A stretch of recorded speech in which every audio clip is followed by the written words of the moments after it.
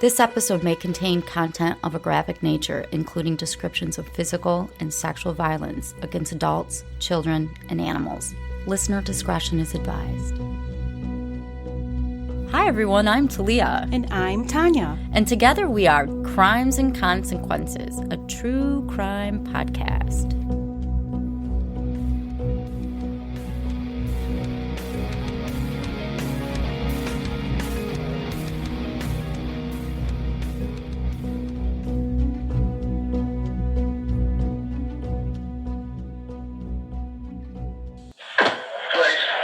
Connecting, payphone 01565. Thank you. Hello, please. Oh, hi. I've just come off the M6. Yeah. I'm going towards Northwich. Yes. I've got up there, and the first farm on the right-hand side, Yeah. it looked like there was three men beating somebody up in the courtyard. All right. Yeah. About 500 yards on the right. How long ago was that? About 5 minutes. What was your name, please? I would rather not get involved, you know. I'll look into it for you. Thank you very much. Thank you. Bye. Thank you, bye.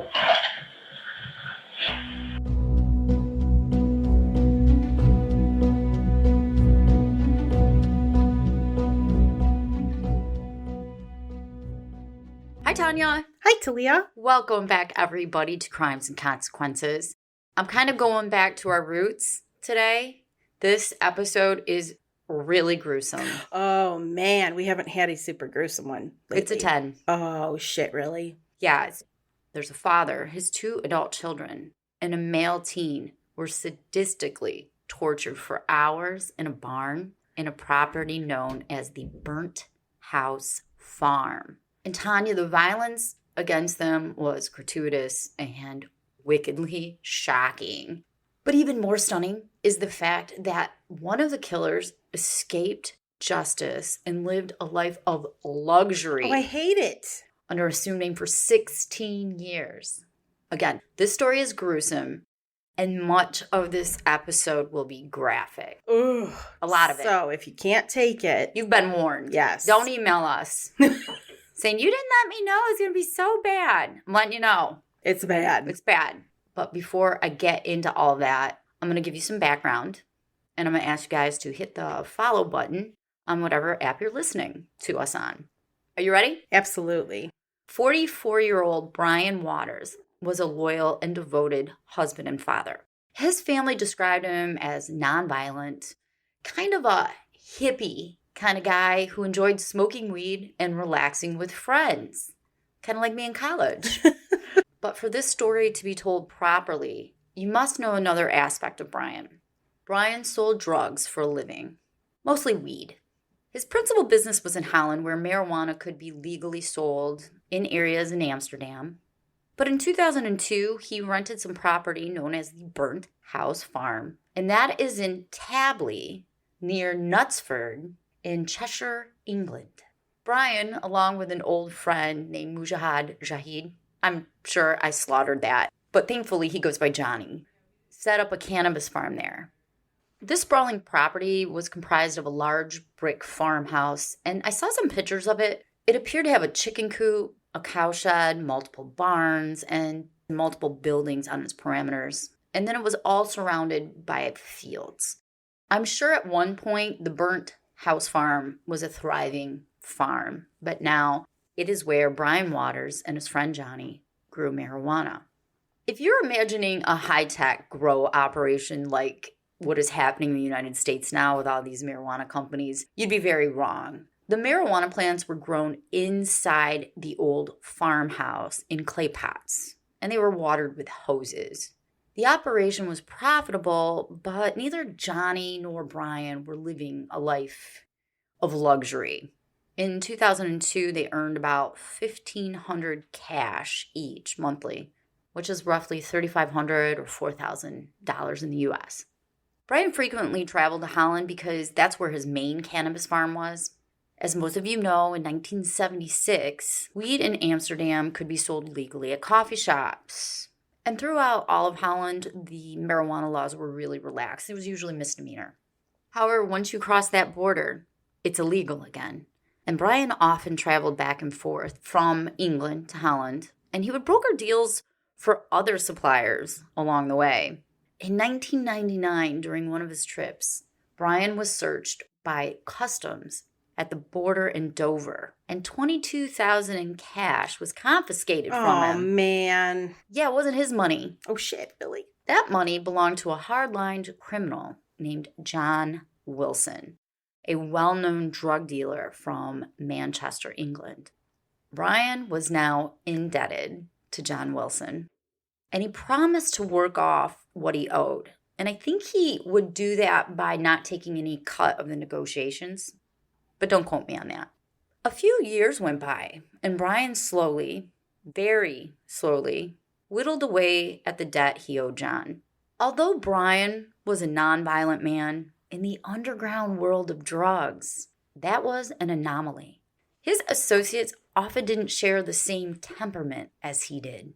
In the winter of 2002, Brian ran into some more bad luck. While doing a deal for John Wilson in Manchester, Brian was robbed of several thousand in cash, and John Wilson was robbed of his patience. Now Brian owed him even more money, and John knew he was not going to get that money back for a while. It'd been 3 years since Brian got stopped at customs, and he still hadn't paid all the money back. John Wilson had heard rumors that Brian was growing weed on a farm in England, but Brian never told anybody where this farm was located because he knew if John found out, John would take over that operation, and Brian needed that money to help support his family. Brian Waters pleaded with John, "Give me more time, I'm going to pay you back." And that bought him a few months, but by June of 2003, John Wilson had had enough. It was high time Brian be made an example of, so everyone in the drug business would know not to fuck with John Wilson. That's when John Wilson hired a man named Christopher Guest Moore Jr. Do you know him? No. Christopher Guest Moore Jr. was hired along with his cousin, who's a thug, by the way, named James Raven, and they were hired to find the location of Brian's cannabis farm. Let me tell you about Christopher. You're going to hate Christopher by the end of this episode. Passionately. 25-year-old Christopher Guest Moore Jr. was born into wealth. When I say he was born into wealth, he had a lot of money. His dad did surveillance and undercover work and was very well known for this and made a ton of money. In fact, the Moores had so much money, they lived in a gated estate known as the Burford Lane Farm in a city called Lymm in England. I've never been to England, but I'm sure Lymm is lovely. The former lacrosse player drove a Porsche Boxster and had a beautiful girlfriend. But his rough around the edges cousin James couldn't be any more different. And I can't wait to tell you about James. People called James the milkman. Oh, no. Do you want to know why? Yeah. Because he always delivered the goods. I don't think he was working for Amazon. His tattoos advertise his inner disposition. Are you ready for his tattoos? I can't wait to hear about the tattoos. Written on his body in ink were the words, and I quote, "Approach with caution, extremely violent." Oh, boy. That's a red flag. What the fuck is that? He also had a tattoo on his leg that read psychopath and another one that said maniac spelled out on his back. Damn. Damn. I know, like, He's advertising it. it's insane. Christopher held himself out as a private investigator who worked with both individuals and media companies. One such company that hired him to do contracting was the BBC. The government? Oh, yes. And let me tell you, now they are trying to distance themselves from any association with Christopher Guest Moore and James Raven. In 2002, Christopher and James were paid £52,000 by a BBC production team to do undercover research regarding cannabis farms. Now, apparently the 14 months in prison that James did for road rage and his tattoos weren't enough to dissuade them from hiring him. Together, James and Christopher infiltrated England's cannabis industry. They went undercover. and they covertly videotaped some farms for Channel 4's weekly show called Dispatches. And Dispatches wants everybody to know that they did not end up using the video surveillance obtained by these men. According to Christopher, that is how he met and befriended the fierce, gold-toothed drug dealer, John Wilson. A year later, John hired Christopher on a reconnaissance mission to surveil the Waters family and find out where Brian was hiding this cannabis farm. Brian Waters lived with his wife of almost 30 years. Her name was Julie. And they were very happy together. He was a very loyal husband. As I said, family was everything to him, and they were extremely close. They lived in this modest house in Nantwich, England, and that's roughly an hour south of Manchester. The couple had 2 adult children. They had Gavin, he was 25 years old, and they had Natalie, she was 21. And those children lived in the home with them.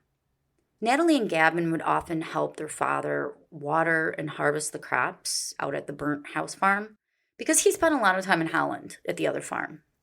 On June 10th, Christopher began staking out the Waters house. But the only ones there were Gavin and Natalie because their parents had left on a vacation for the Netherlands and they were gone for almost 3 weeks. That day, Gavin unknowingly led Christopher right to the doorsteps of the burnt house farm. And of course, Christopher reported his findings to John Wilson. John told him, go back to that farm, watch it for a few days, and get an idea of its workings, its comings and goings, who's there, who's not. After a few more days, John Wilson found out that Brian would be returning home. And he put together a team of thugs. The true number of men are not even known to this day, but their sole purpose was to rob the farm and do whatever it took to get the money from Brian Waters. And when I say whatever it took, you have no idea. On the night of June 18th, a man named Otis Matthews, he was Mr. Wilson's right-hand man. He met with Crazy James Raven and Christopher at Christopher's estate. I'm going to tell you about a few other men. And when we do podcasts, I always get weary about mentioning too many people because it becomes really hard to follow. But these guys' names need to be known. Trust me, they need to be known. You don't have to remember them when I'm done. There were at least 2 other men that were at that meeting. One was a man named Ashley Gerard. He was 30. He was a former European kickboxing champion who had to quit the sport after an injury. And there was another man there named David Moran. Christopher's home served as the gang's headquarters, mostly because it was only 10 miles away from the burnt house farm. Now, the next morning at roughly 4 a.m., these men put their plan to get John Wilson's money at any cost in motion. They drove to the farm and they brought with them this horse box. Do you know what a horse box is? No. A horse box is used to transport multiple horses. So you would see it on the highway sometimes. It's got a lot of different slots for the horses to go in. They rented that and they brought it to the farm. Their intent was to steal from the farm and put the stuff into the horse box. I don't know why they wouldn't just rent some sort of moving vehicle. Right. I don't know, but they rented a horse box. All right. At the farm, inside the house, they found that cannabis growing. And they stole all the dried cannabis they could find, along with any equipment that they thought might be worth stealing. So they loaded up, they put it in the horse box, and Crazy James Raven drove the horse box to a parking lot of a bar near Chris's home.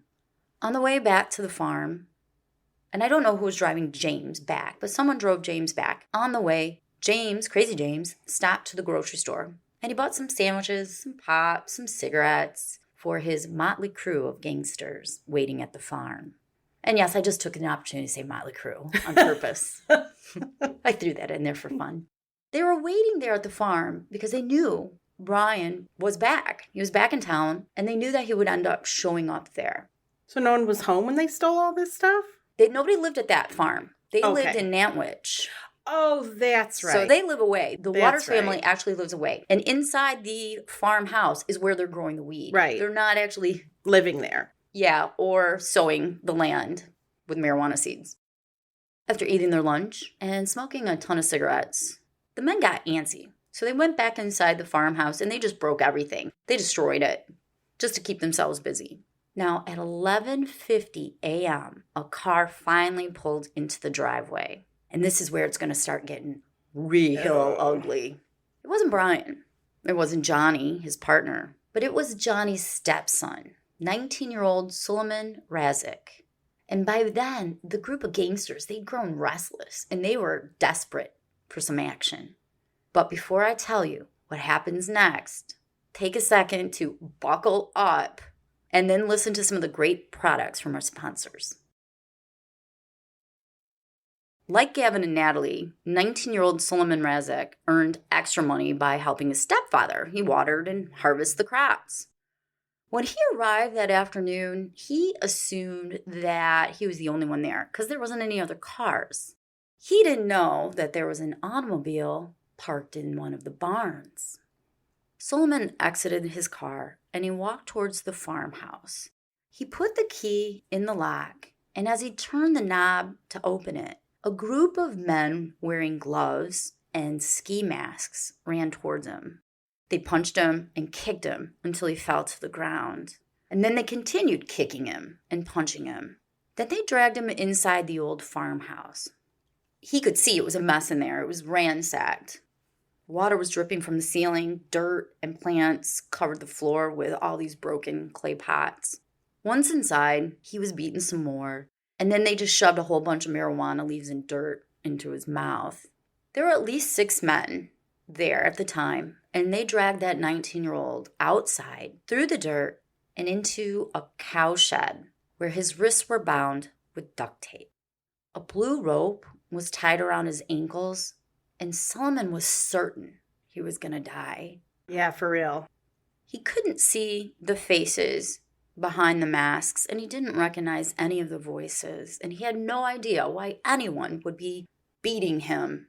These men were armed with machetes, knives, bamboo canes, and a very real-looking fake gun. Suleiman thought it was real. The beating continued as they demanded Suleiman give them all of his money, which, he's 19. He didn't have shit. I was like, how much could he possibly have? He was just trying to earn some extra money by helping his stepdad out. Repeated punches to his face ended up knocking him unconscious. When he came to, he was hanging upside down by his ankles from a rope tied to a rafter. He'd been hoisted into the air, and he was now staring into the bottom of a green barrel filled with stagnant water. It was right below his head. Slowly, the men began lowering the teen towards the barrel until his head was submerged under the water. All the while, they were taunting him, telling him he was going to die. Then they'd lift him back up a little bit, just enough for him to breathe. They'd say, tell us where the money is, tell us where the money is. But he couldn't tell them what they wanted, so then they would lower him back into the water. While he was strung up, they used some sort of device, maybe a cattle prod, to electrocute him, and that caused his body to involuntarily shake. Once again, Suleiman passed out. This time, when he woke up, he was laying on the cowshed floor. These 6 men kept inventing new means of torture. They found this large bottle of concentrated phosphoric acid that is used to fertilize the crops, and they poured it on Suleiman's back, with one of them commenting, "Wow, this stuff's wicked." Phosphoric acid is highly caustic and has a corrosive effect on human skin. Ooh. It eats it away. Oh, no. To Suleiman, it felt like he was on fire. The acid caused what was later described as, quote, deep, full thickness burns, end quote. Oh. It just That's terrible. destroyed his skin. Oh, my God. There was no real purpose for this barbaric torture. Yeah, John Wilson wanted to show associates he couldn't be messed with. But none of this was part of John Wilson's original plan. His goal was to get the money. He did tell them, do whatever it takes to get the money. But perhaps it was a groupthink mentality that caused the abuse to escalate, because it gets much worse. Perhaps they just enjoyed the power they felt knowing they controlled Suleiman and whether he lived or died. Either way, the torture continued. Using a combination of rope and duct tape, Suleiman was bound to a wooden folding chair It was one of two that were located in the cowshed. I don't know why they were there, but they were there. A pillowcase was placed over this young man's head. Moments later, he heard the sound of spraying, and then he felt the pain of burning flames. Oh, no. The men were lighting a combustible spray next to his head. Kind of like back in the day when you would have hairspray and you hold a lighter and it'd turn into a flame. Like a flamethrower. Yes, it was like that. The last thing he felt before he passed out again were pinpricks in his back and shoulders. Then he passed out for a third time. While he was unconscious, they continued using an industrial-grade stapler to shoot staples into his body, including the bottom of his feet. Oh. Ow. They had like a staple gun? Industrial. Oh, fuck. One of those big ones. The sadism lasted about an hour before the sound of another vehicle could be heard entering the driveway. Brian Waters had finally showed up to the burnt house farm. Solomon had only been practice, a dress rehearsal of sorts, and Brian would be the final act. The father of two was attacked as soon as he got out of the car. He was beaten. He was dragged into the barn where he saw the unconscious Solomon sitting bound and bloody. A few minutes later, Solomon regained consciousness, and the vision of Brian will forever be etched in his mind. The 6 perpetrators tied the same blue rope that they used to suspend Solomon from the rafters around Brian's ankles. He was hoisted into the air. He was lowered into that green rain barrel.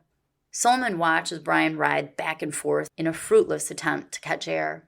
The men pummeled him repeatedly with a bamboo cane until it snapped. Then they used a metal bar just to continue bashing him. They demanded Brian pay John Wilson in full, but he didn't have any money. And I am sure if he had any way to pay him, he would have.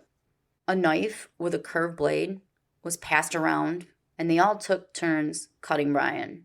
During this assault, randomly, Solomon's cell phone began ringing. Oh, shit. I'm sure that's what he thought.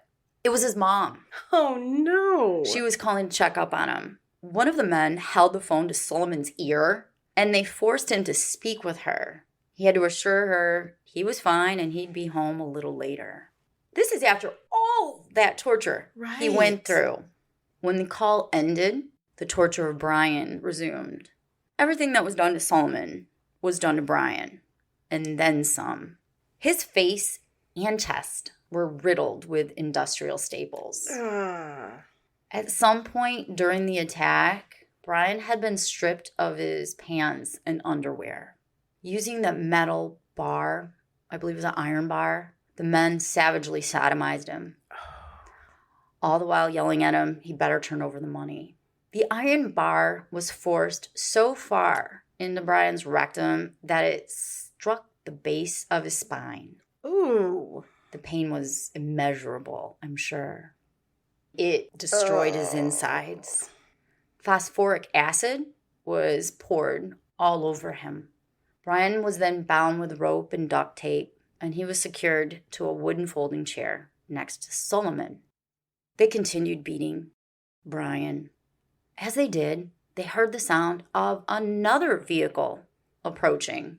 By a twist of unfortunate fate, Brian's 2 children, Gavin and Natalie, they arrived at the farm at exactly the wrong time. Oh, no. Natalie had just celebrated her 21st birthday with her family the day before. That's why her parents came back from vacation to be sure to be there for her birthday. She pulled up into the farmhouse with her brother, and the 2 got out of the car. They walked to the front door of the farmhouse, and they were really surprised to find it opened. I mean, that was unusual. As they sheepishly peered inside the doorway, 6 men ran towards them from the barn. They've got the ski masks on. They're screaming. I'm sure it had to be extremely frightening. One of them had a gun and shouted at them to get the fuck down. Once on the ground, Gavin was kicked, punched over and over again. And if you thought there was any chivalry that was going on, you're wrong, because they hit Natalie too. The siblings were then marched to the barn, where they were greeted with the ghastly scene of seeing their poor father, half naked, burned, beaten, and bound to a chair. And he was bleeding from every part of his body and rectally. His face was swollen beyond recognition. I mean, there's staples in it. Oh.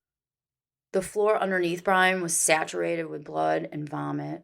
And then, of course, there's Solomon. He's sitting next to Brian. I don't know exactly why, but I know that he had a quilt on him, and it covered him all the way up to the chest. And then there was a rope tied around his neck. By this time, Brian had endured hours of physical torture. And now his assailants had this opportunity to inflict some mental torture on him as well. I mean, here are his children. So what they did is they tied a rope around Gavin's neck, and then they wrapped it around the rafter. And they threatened to hang Brian's son if he didn't give them the money he owed John Wilson. And you have to ask yourself at this point, do they really believe they're getting any money? Because Brian is, what's he going to go to the bank? I know. Right? I mean, I'm just saying, right? Well, Right. Where's he going to get the money from? I know. If he hasn't given it up yet. Right, seriously, like if he hasn't done it by now. Realizing, I'm sure that he is going to die. Oh, yeah, for sure. I'd be convinced I was going to die. Injury, his spine, Yes. you know, like. He's going to go to the bank. Yeah, let's just go to the ATM machine. I mean, I don't know what they were thinking. I think at this point they just lost control and they Yeah. got wrapped up in the brutality of it all. I mean, maybe they thought he had it hidden on site. Well, I think he would have given it up by then. For real, seriously. I think when you're anally raped with a metal bar. And had acid poured all over you? Staples. I mean, we could go I on mean, and on. yeah, I'm not even seriously. done yet. I know, for real. Natalie was thrown on the ground by her dad, not far from where he was sitting. And the barrel of the gun was jammed into her mouth. There were comments made about raping her in front of her father and brother. And then they taunted Brian that they were going to kill Natalie.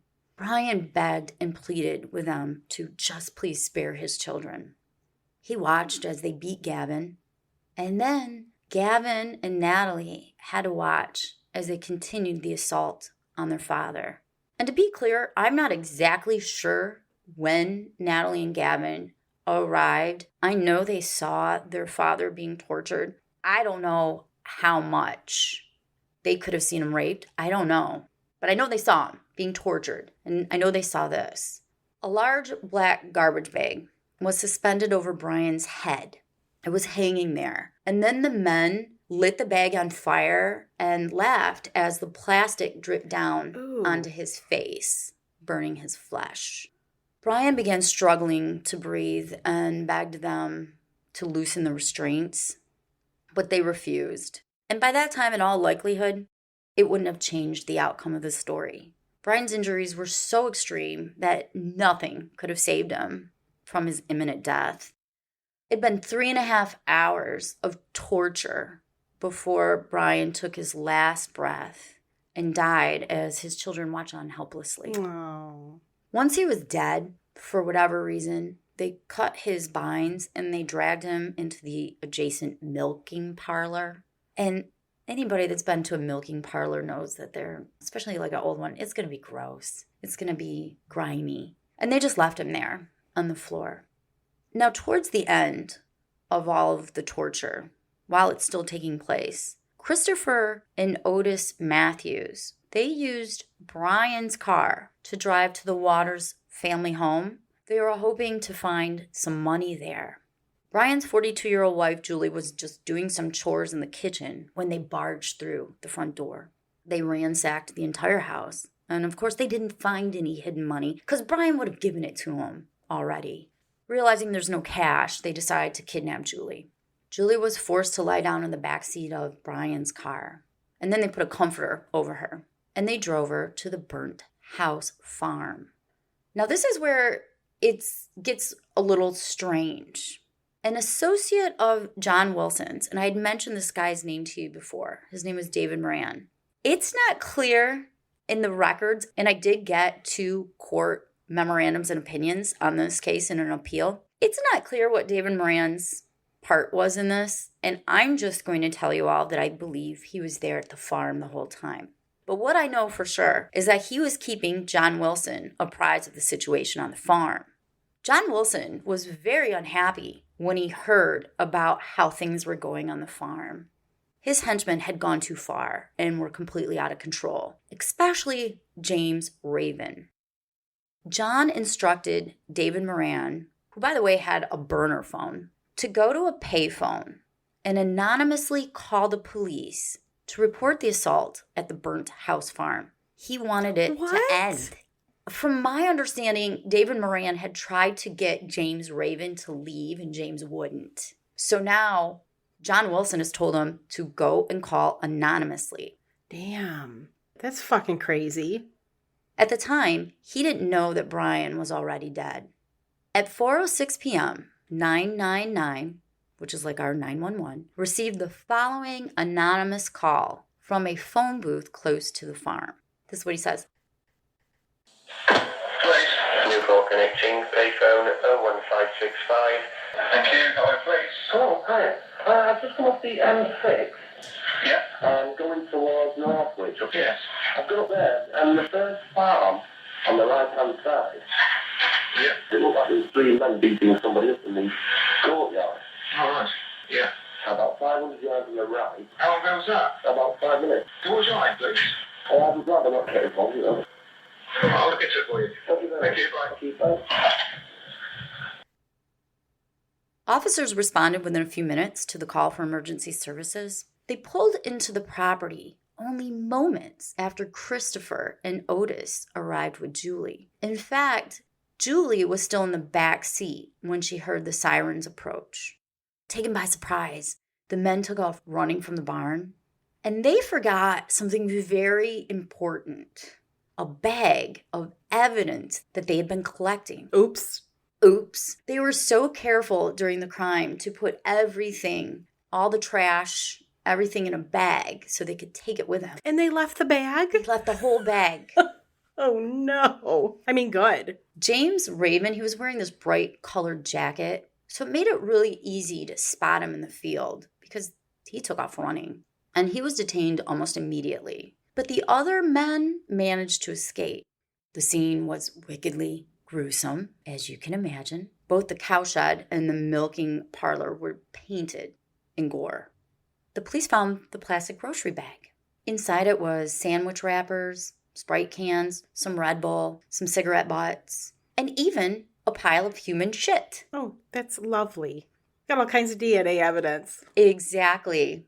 DNA would later link Christopher Moore to the fecal matter in the bag. He used pieces of cloth from an old stroller, they call it a pram, as toilet paper. In the haste to escape authorities, they forgot all that. They literally forgot their shit. Yeah. This asshole took a dump and picked it up and put it in a bag. I mean, you go through the trouble of wanting to clean your tracks, right? Even your shit. Yeah, even your shit, and you leave it there. My question is, why didn't you just go to a field or something? I know. Why? Like, you gotta go to the bathroom. He's on a Couldn't farm. find, yeah, right? Anyway, totally digressing. At the entrance of the barn, there was a torn black glove, which would later yield a DNA profile that matched Christopher's. They found a mask and another glove near a shed. So while they're running, at some point, they're just tossing their stuff. Tossing all the evidence. Further DNA testing linked Christopher to one of the gloves and to a Sprite bottle. But it would be 16 years before authorities would catch up to this killer. He managed to hop a plane at the John London Airport in Liverpool. He flew to Spain and lived on the lam while his cousin James was facing first-degree murder charges. So James Raven, psycho, I can call him that because he's got a tattoo. Hey, he says so himself. He's in custody and he says to police, I only thought we were stealing equipment and maybe some plants. I just went along with it as part of some undercover work for a future TV program called Reefer Madness.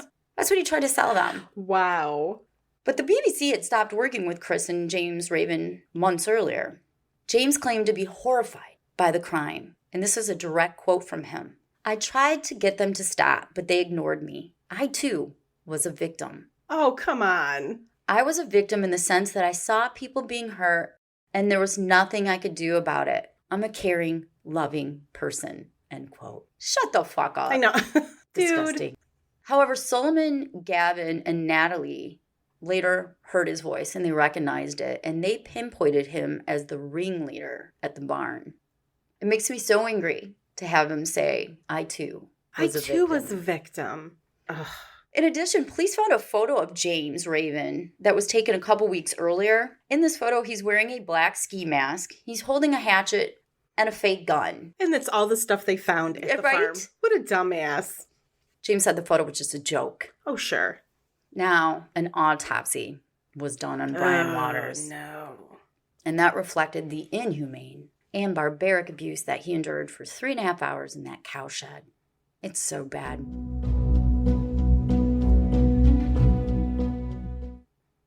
He had 123 external injuries to his body, just on the outside, including bruising, abrasions, lacerations, burns, and cuts. His chest and back showed tramline bruises, and those are caused by being struck by a heavy bar. Ooh.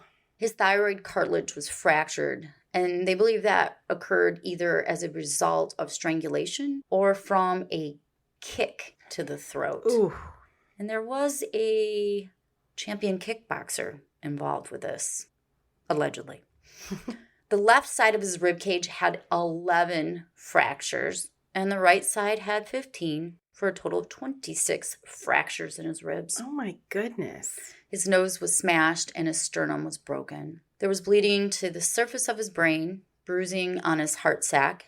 His left lung had collapsed, which was why he was struggling to breathe, and his other lung was bleeding.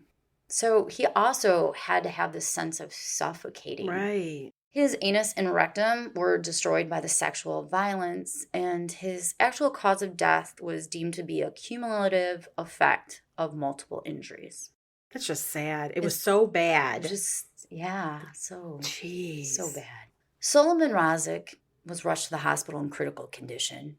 He had lacerations, puncture wounds, bruises, and abrasions, and burns all over his body. His left ear was torn. There were countless staples that had to be removed from him. I mean, all the torture we talk about, my body just clenches up when I say staples. Well, it's like, I know this is going to sound stupid, but it's like getting a paper cut. They hurt so bad. Like little wounds like that hurt so bad. Right. I'm sure the staple punctures were incredibly painful. Too. His nose was broken and the bones in his hands were broken. Charred skin covered his back. And there were remains of melted wax present. I don't know where the melted wax came from. So there's more torture out there than I even know about. But by the grace of God, the 19-year-old survived. Natalie and Gavin's injuries were minor on the outside. And when I say minor, it's all relative. Right. But their mental and emotional scarring, it would stay with them for the rest of their life. The memory of their father's murder is a burden that they have to bear every day. And it will forever cast a shadow on everything they do. 2 days after the murder, as I said, Christopher was on a plane. He was headed to Malaga, Spain. CCTV footage showed him laughing as he was walking in the airport. He's walking next to his girlfriend, and he's carrying this duffel bag, wearing a polo shirt, and just smiling. Yeah, living it up. I saw the CCTV footage, and it's just crazy to me. He was in Malaga for about a month before his father flew in to see him. And his father brought with him a suitcase filled with clothes and I don't know what else. I told you his dad worked for intelligence and surveillance, and he ended up helping his son evade capture. A month later, Christopher's mom flew down there, and then after that, he went into official hiding. And the reason why it was a couple months later is because even though all of that happened, and the police had James Raven, he didn't at first give anything away. So it took them months to build a case to arrest everybody. When he knew that his arrest was imminent, that's when he went into hiding. But he'd been preparing for it. He spent 6 months in Spain. Then he traveled to South Africa, Mozambique, Turkey, before settling down on the Mediterranean island of Malta 4 years later. I hate him. He got a new British passport with the name Andrew Christopher Lamb, and he began living under the stolen identity. The real Andrew Christopher Lamb was an incapacitated adult who lived in a care home. That's really sad. Now, this is going to piss you off so much. When he was in Malta, He was the captain of a luxurious yacht for the wealthy. He became a successful businessman, and he would negotiate import and exports. Some of his clients included the Egyptian military and the Moroccan Royal family. Oh, fuck this guy. Isn't this unbelievable? Yes. He lived in a mansion with a pool in a gated community, and he fell in love with a woman, and I do believe it's his original girlfriend, but I couldn't find anything that confirmed it. I did find something that said that the woman he was with must have been lied to a lot, because when the police spoke with her, she seemed to sincerely have no idea that he was involved in a murder. He owned a Mercedes-Benz and a Porsche at the same time. And I saw this photo of him, and he's such an asshole. In this photo, he's shirtless. He's standing in front of the Porsche and the convertible Mercedes, and he's posing with a gun, pointing it towards the camera. Are you kidding me? Like he's some just badass. Yeah. His accomplices weren't as lucky as he was. In 2004, not long after Christopher went in hiding, James Raven and John Wilson were sentenced to prison for a minimum of 24 years for conspiracy to commit murder. Now, John Wilson wasn't there for it, but it was his actions that ended up leading to the men gathering to do what they did. He argued that he should get some leniency because he did have David Moran call and try to stop it, but he still ended up getting the same sentence as James Raven. That same year, Christopher's father was sent to jail for 9 months for helping his son escape. Wow. Like, they were pissed. Yeah. Ashley Gouchard, he was a former kickboxing champion. He was acquitted of all charges. He was? They didn't have any of his DNA. Oh. But if you think he went on to be an upstanding citizen, you're wrong. He has a lengthy criminal record. Now, remember David Moran? He made that 999 call. Mm-hmm. He was originally charged with murder, but he became a prosecutor witness. Oh, he turned. He turned. He turned. He pled guilty to doing acts intended to pervert the course of justice. And basically, he admitted to throwing away the burner phone, and he received 21 months. It wasn't until 2007 that John Wilson's right-hand man, Otis Matthews, was sentenced to 22 years for his involvement in the murder and torture. I've said it multiple times already, there are more men that were involved in this crime that have never been identified and got away with it. So Christopher's on the loose. The victims, Solomon, Gavin, Natalie, and Julie, they lived their life in fear because they knew he was still out there. But the police and the Waters family, they never gave up hope that one day he would pay the price for his crimes. In 2019, Christopher was placed on Europe's most wanted list, and this gave the Cheshire police more assistance. There were multiple countries now helping them find Christopher, and Christopher was part of what was called Operation Capture. Operation Capture was an operation formed to hunt down 96 dangerous fugitives in Europe. All the countries were working together to get these guys. Using a, quote, range of specialist capabilities, end quote, they were able to determine that Christopher was in Malta. They never specified exactly what a range of specialist capabilities meant, but I'm sure it was some badass stuff. Right. On June 6, 2019, almost 16 years after the brutal assaults and the murder, Christopher Guest Moore was arrested. And he contested his extradition. He said, "You got the wrong man. Uh-huh. I am Andrew Lamb." Let's get some DNA. Well, they used fingerprints. And it's kind of interesting because Christopher's right thumb and his forefinger were deeply and permanently scarred, making them fingerprintless. I don't know if he did it on purpose. I don't know why. But the rest of his prints matched. And it was March 29th of 2020 that Christopher was extradited to England to face the consequences of his actions. His first trial began in 2021 at the Chester Crown Court. Something happened with that. I'm not sure what, but it only lasted a couple days, and then it was a mistrial. So they had a second trial. He made the same argument as James Raven. He claimed, "I was just there to steal some things. I was doing some undercover work."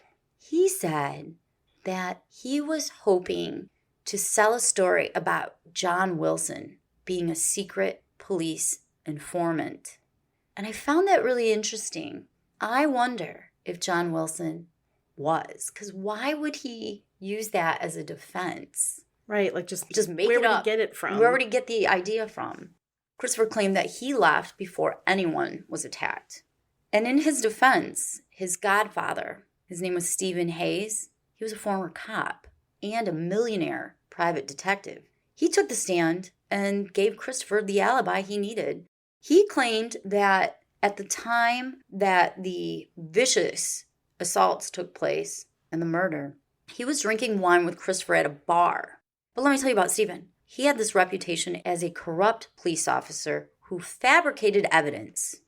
Oh, shit. And he was convicted years earlier for corruption. He's not the most believable person. Exactly. To serve as your character witness, right? As your alibi. As your alibi. So yeah, take the alibi with a grain of salt. Prosecutors presented the DNA evidence found on the Sprite bottle, the glove. There were multiple Marlboro cigarette butts, plus the pile of shit. Hello. And the improvised toilet paper. That trial ended in a mistrial. It did? The jury couldn't figure it out. What the hell? Because he's saying, yeah, I did go to the bathroom there. I did take that Sprite. I did smoke the cigarettes, but I left before it happened.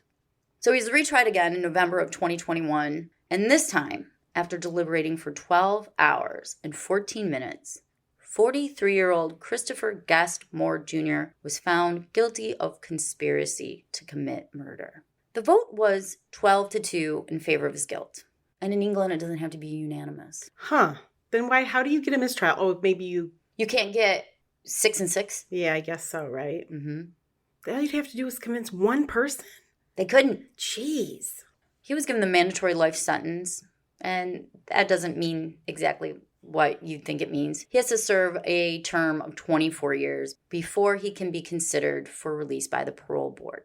For Suleiman Razik's torture, he received another 14 years to be done concurrently. Oh.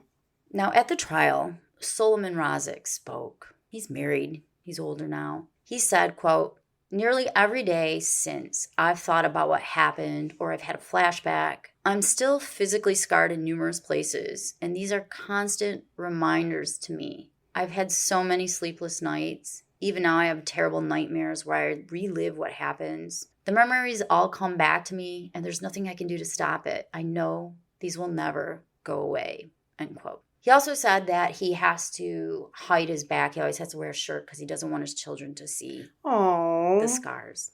Natalie Waters spoke to the court on behalf of her family. She said, quote, "We avoid going to public places. We do not trust anyone around us.